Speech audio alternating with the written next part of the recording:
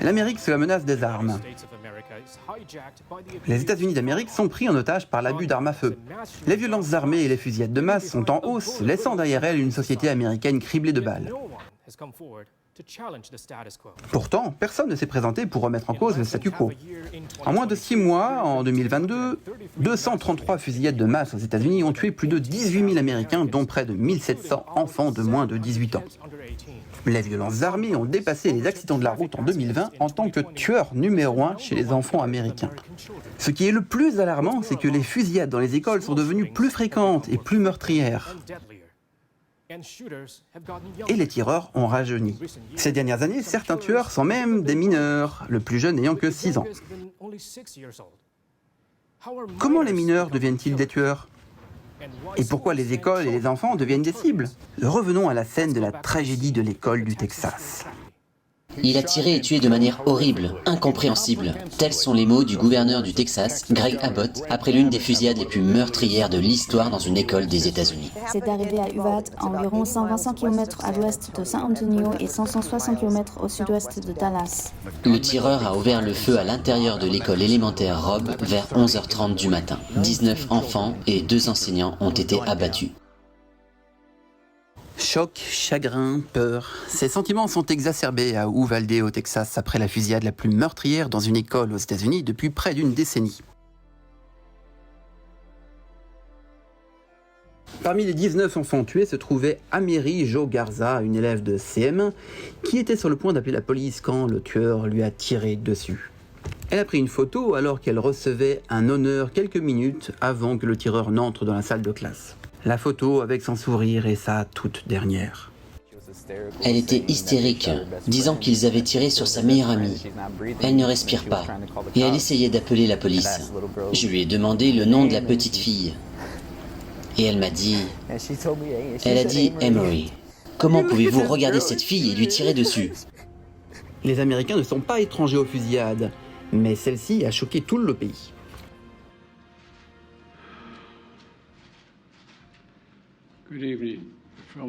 Bonsoir à tous les Américains. Perdre un enfant, c'est comme se faire arracher un morceau de son âme. L'idée qu'un jeune de 18 ans puisse entrer dans un magasin d'armes et acheter 2 armes d'assaut est tout simplement mauvaise. Nos enfants vivent dans la peur à chaque fois qu'ils entrent en classe, car ils seront peut-être les prochains. Les fusillades de masse sont un problème constant aux États-Unis. Mais ce qui est alarmant, c'est que les fusillades dans les écoles sont en augmentation. Depuis 1999, 337 fusillades dans des écoles ont été signalées. Parmi elles, 42 se sont produites l'année dernière, un pic de 2 décennies. Jusqu'à présent cette année, au moins 24 actes de violence armée ont été signalés sur le campus K12.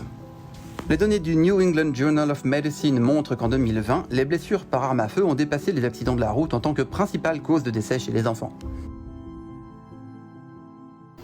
L'un des enfants qui a survécu a mentionné qu'il avait maintenant peur d'aller à l'école. C'est ce qu'ils ont maintenant le plus à l'esprit vis-à-vis des écoles. C'est un très gros problème qui touche tous les enfants du pays. Mais les faits plus frappants sont à un tel point, ces schémas de fusillade dans les écoles sont similaires. Nicolas Cruz, 19 ans, est entré au lycée Douglas à Parkland en Floride et a ouvert le feu avec son AR-15 acheté légalement. En moins de 4 minutes, 14 étudiants et 3 membres du personnel ont été abattus. Cela a déclenché une nouvelle série de manifestations contre les violences armées dans tous les États. 10 jours avant la fusillade dans une école du Texas, un jeune homme, se disant raciste, a abattu 10 noirs et en a blessé 3 dans un supermarché de Buffalo. Et les tireurs de ces crimes partagent tous au moins une caractéristique commune, ils étaient tous des adolescents.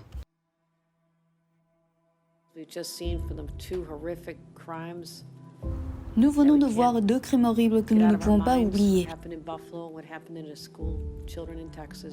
Ce qui s'est passé à Buffalo et ce qui s'est passé dans une école sur des enfants au Texas. Le dénominateur commun, l'arme était un AR-15. L'agresseur était un homme, l'âge de l'agresseur était de 18 ans. Je ne veux pas qu'un jeune de 18 ans ait des armes à feu. La base de données du Washington Post montre que les auteurs de fusillades dans les écoles ont rajeuni. La plupart d'entre eux ont moins de 18 ans. L'âge médian n'est que de 16 ans. Le plus petit est un garçon de 6 ans. Leur cerveau évolue encore, il est très plastique. Il ne reste pas dans son état actuel très longtemps et il n'atteint un domaine où les gens peuvent prendre des décisions rationnelles que bien plus tard dans la vie. C'est pourquoi cette tendance... Les tireurs ont tendance à être des hommes plus jeunes. Ils ont tendance à être impulsifs. Alors que les fusillades dans les écoles se poursuivent aux États-Unis, de nombreux Américains demandent encore quand est-ce que quelque chose va être fait.